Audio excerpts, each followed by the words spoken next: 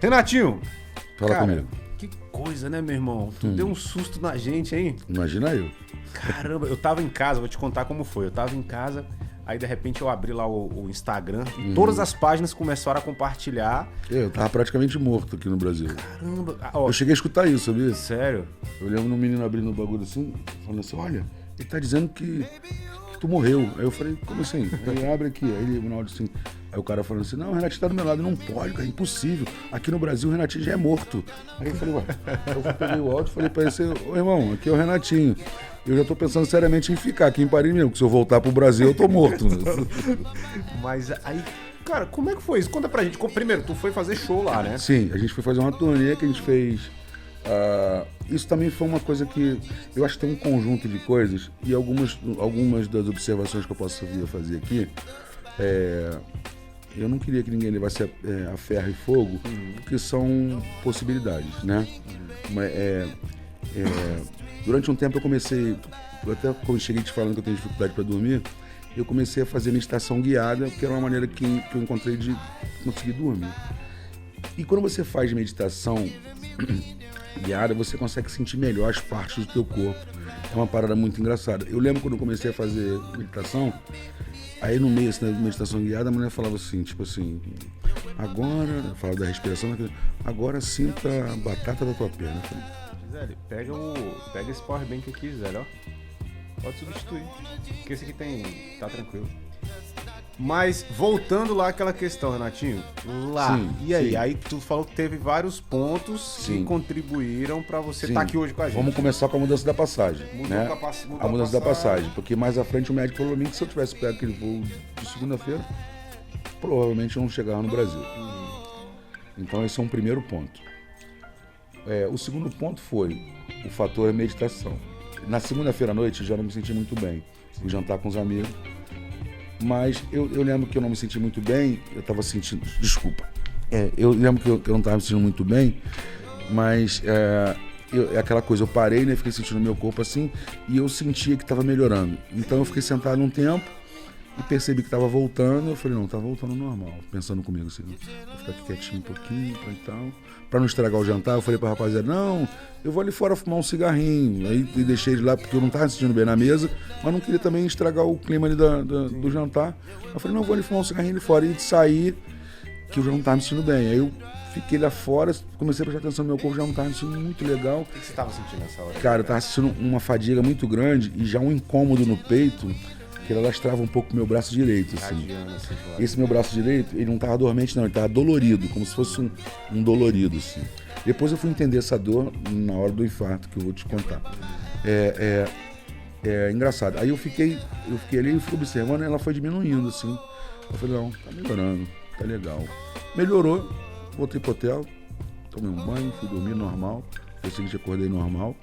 Quando foi à tarde, a gente foi numa região chamada Châtelet, que é uma região das lojas, as grandes lojas do mundo, só que é ao ar livre, não é um shopping, né? É na rua, assim. Aí a gente foi até lá. Quando a gente chegou lá, eu comecei a andar e eu comecei a sentir que eu andava um pouquinho e ficava bem cansado. Andava um pouquinho e ficava bem cansado. Nisso, o Cláudio, o Malagueta, estava querendo comprar um tênis. Aí a gente passou em frente a uma loja da... eu até vi um cara essa semana pronunciando certo. A gente chama de ASICS, mas não é ASICS. É um pronúncio diferente. Aí a gente viu uma loja e falei, cara, os tênis são maneiros. Você lembra dos tênis? Eu falei, não lembro. Eu falei, então vamos dar uma olhada aqui. Por quê? Eu já tinha passado em frente à loja, tinha visto que dentro da loja tinha um puffzão grandão, assim, baixinho, assim, mas bem grande. Eu falei, eu vou sentar naquele... Eu tava pensando em sentar naquele puff lá. Eu falei, não, olha o tênis aqui. Aí eu sentei no puff, assim, e fiquei prestando atenção no meu corpo. E ele falou, não sei o que eu pus, esse que eu gostei, poxa, tá muito caro. Eu falei, eu já querendo ficar sentado no puff, né? Eu falei, não, pode levar, eu te ajudo. Então vamos lá, vamos levar isso aí. E fiquei sentado ali. E eu lembro que eles queriam procurar outras coisas. Quando eles queriam procurar outras lojas, eu falei assim, cara, vai lá, eu vou ficar sentado aqui um pouco. Ali eu já não estava me sentindo muito bem. E eu já malandro, quando eu já saí com aqueles aparelhinhos digital de pressão. Sim. Botei dentro da bolsa. Aí eu dei uma medida. De pressão mesmo, né? Aí eu dei uma medida. Quando eu dei uma medida, a minha pressão tava 22/17. Aí eu falei, o bagulho tá louco. Aí eu puxei um remédio de pressão, tomei e fiquei sentado ali. Fazia quanto tempo você tinha ido no cardiologista assim? Já tinha, na verdade eu tinha tido um princípio em 2014, né? E de lá eu comecei a ter problema de pressão.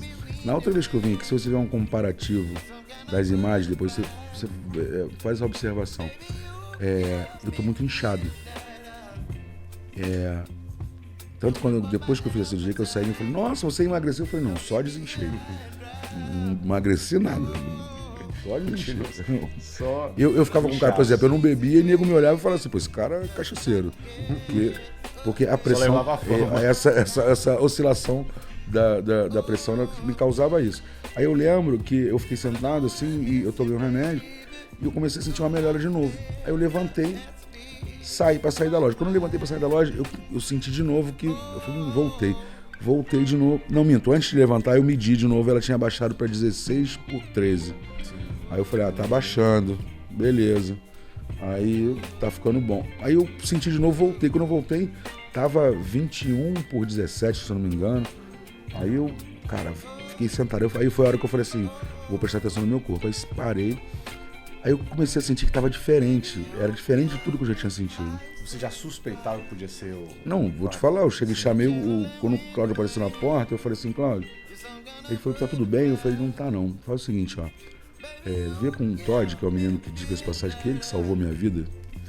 Eu falei assim, vê com o Todd se é pra chamar uma ambulância ou se ele vai buscar o carro. A gente precisa ir para um hospital. Aí ele olhou pra mim assim, não quer ir pro hotel, descansar um pouco. Eu falei, não, cara, tá diferente. Vamos pro hospital porque vai dar ruim. Eu tava sentindo um bagulho diferente. E aí ele falou, é sério mesmo? Eu falei, é sério. Aí o Todd apareceu e falou assim, não, é melhor eu buscar o carro porque a ambulância vai demorar uma meia hora pra chegar aqui. Aí eu falei, pô, então faz favor. Aí ele saiu correndo, buscou o carro.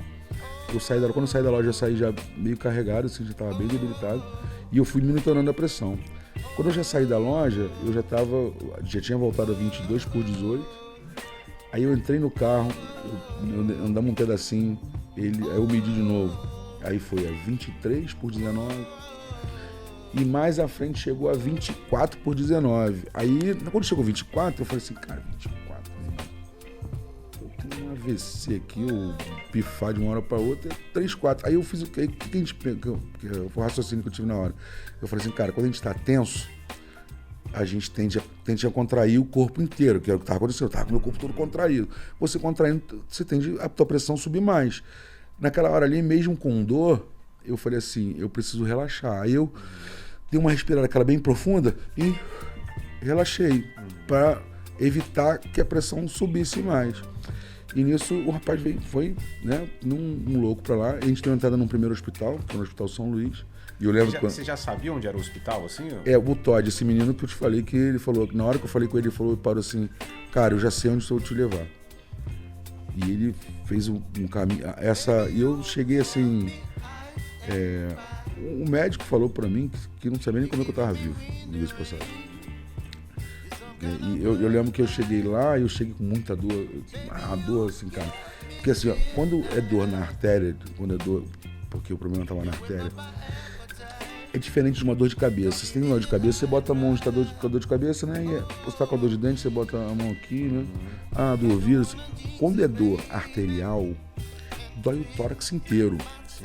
Não é uma parada centralizada. Aqui tá doendo, eu vou botar o dedo aqui que tá doendo. Não, é uma dor, um bagulho muito louco, mano. Nessa região, né? É um bagulho muito louco, é uma dor assim generalizada que tu não sabe, sabe de onde... O que fazer, assim, você não tem onde apertar para segurar, você não tem o que fazer, é um bagulho assim muito, muito louco. E eu lembro que eu entrei e eu já tinha um problema da comunicação, né, limitado com o francês, e eu tentando, misturava, né, um pouco de espanhol com um pouco de francês, com um pouco de inglês, um pouco de cada coisa para fazer, ele tentando me fazer entender o que ele precisava e dizer. Isso, o médico não, né? Do médico, dentro do hospital, né? Aí nisso o Todd entrou com esse menino, que de passagem, um grande amigo que a gente fez lá, e ele é um poliglota, um moleque inteligentíssimo, assim. Aí ele entrou, começou a fazer esse papo, mas assim, eu não consegui entender o que o médico estava falando, mas eu olhava no semblante do médico e eu via, tipo assim, a preocupação, tipo assim, cara, eu não posso perder esse cara aqui dentro, sabe? Eu via na cara dele assim um desespero. E eu lembro que a equipe estava me atendendo e ele ligou para um outro hospital. Aí vamos um outro fator muito importante nisso. É o segundo agora. Eu acho que é o terceiro já, né? Porque teve o fator da mudança da passagem e teve a herança da meditação para sentir que aquele momento era o momento exato. Que talvez se eu insistisse um pouco, talvez eu tivesse problema na rua. E talvez não desse tempo de resolver. Ali eu saí, né? Eu cheguei, eu tava lá, me perdi. Foi quando eu falei pro Todd, o Todd conversou com ele e tal, e eu fiquei muito, muito preocupado com aquilo, porque eu sentia muita dor, né? E ele já entrou em contato, aí veio esse que eu te falei, agora veio o terceiro fator. Eu fui transferido para um hospital chamado Lariboisière, é um dos grandes hospitais de cardiologia de Paris. Existe um cirurgião que agora, um cardiologista conhecido mundialmente, um dos maiores da Europa, viaja o mundo inteiro dando palestra e tal. E se é que tem aqueles em coincidências, ele foi contratado não sei se foi pelo governo do estado ou pela prefeitura de Paris, para remodelar o atendimento do hospital, as abordagens, né? Porque a medicina está sempre evoluindo para o protocolo. Exatamente, de atendimento. Aí veio ele e a equipe dele. Ele entrou na segunda, eu infartei na terça. Ou seja, eu fui atendido por uma das melhores equipes de cardiologia do mundo. Foi tudo muito detalhe. Agora tem um detalhe maior, que quem acredita em Deus vai entender o que eu estou falando. Quem talvez não acredite tanto em Deus, ele vai achar, pô, esse cara está viajando, esse cara deve estar se drogando. Não use drogas. Eu lembro que a gente chegava lá, eu estava no hospital na cama, e eles não te levam para fazer exames.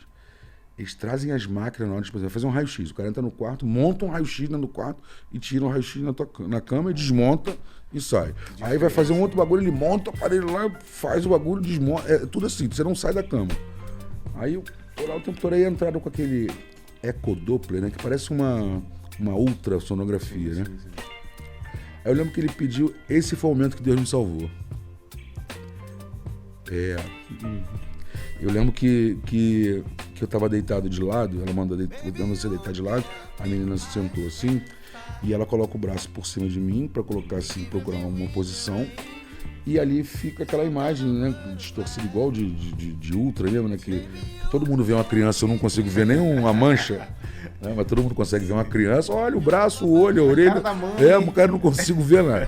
Mas é basicamente isso. Quando eu olhei, eu vi aquela imagem turva assim, mas via mexendo, cara, o coração e tal, eu olhei e ela vira, eu virei, né. Só que aí começou um rebuliço, assim, e todos os meus sinais estavam muito, minha pressão estava alta, e eles não podiam fazer qualquer tipo de procedimento daquele jeito. Isso tinha quanto tempo que você estava no hospital? Eu entrei, foi no mesmo dia que eu dei a entrada, foi na terça-feira. Eu dei a entrada no hospital de tarde, isso já devia ser no comecinho da noite já, que eu fui transferido. Um detalhe engraçado da transferência. Ele logo no primeiro hospital ele pediu transferência para o hospital de cardiologia, aí chegou uma ambulância, os caras de rua são sempre mais animados, né, gostam de levantar teu astral, eles viram o quadro, viram que o fato de eu estar mal poderia agravar o meu caso, eles tentavam me animar de todas as formas, eles me botaram dentro da ambulância, aí descobriram que era um artista do Brasil, não sei o que e tal, eles me botaram dentro da ambulância, entraram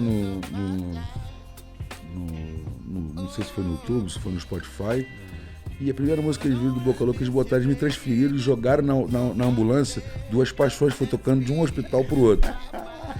E eu dentro dentro da ambulância, eu misturava choro com risada, né? Porque eles tentavam, por causa daquela coisa, eu sentia aquela vontade dele, aquela necessidade, a preocupação de me tirar daquela energia que eu tava, né? Para não piorar meu quadro, né? E em um momento, né, que fala só tendo dois corações no meu peito, né?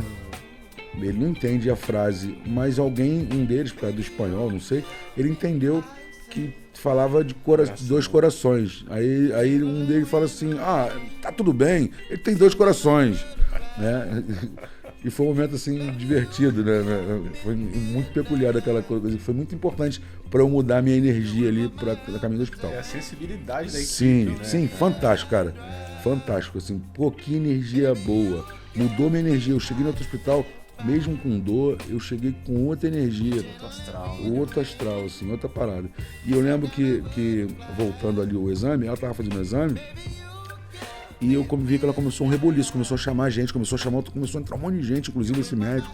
E eles começavam a olhar pro bagulho e eu olhei pra lá, assim, a imagem tava assim, meio esbranquiçada, meio um bagulho meio estranho, e eu senti que tinha eu olhei pra lá, aí nisso, mas eu não entendi o que eles falavam, nisso entrou o Todd, esse amigo meu, eu falei, Todd, o que tá acontecendo? Ele falou, não sei, deixa eu ouvir. Aí eu fiquei esperando ele vira devagarzinho e olha pra lá. Aí eu fui e olhei.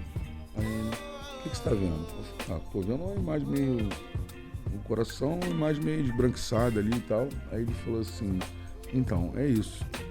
E me olhou com um olhar assim também de não tô entendendo nada, né? Aí eu olhei, é isso o quê? Aí ele falou, então, eles estão confabulando que eles não estão entendendo que em volta do teu coração tem uma redonda, como se fosse uma atmosfera branca, assim, em volta do meu coração. Uma assim. membrana ali. Como se fosse uma membrana, basicamente, como se fosse um casulo, assim, sim. Uma parada muito assim, branca, muito branca. E eles não estavam entendendo o que estava acontecendo. Eu, quando olhei aquilo, eu virei pra cá e pensei exatamente comigo, assim, o Beto falou assim, você me desculpe o termo, eu falei assim, fudeu, ou eu tô muito fudido, ou Deus tá me salvando agora. Sim. Porque meu sentido tava tudo muito... Eles não estavam conseguindo baixar a minha pressão, meus sinais vitais estavam muito bagunçado. Minha medicação estava funcionando, aí eu virei pro lado e falei, ou deu ruim de vez, ou o cara tá botando a mão agora. Fiquei pensando assim comigo.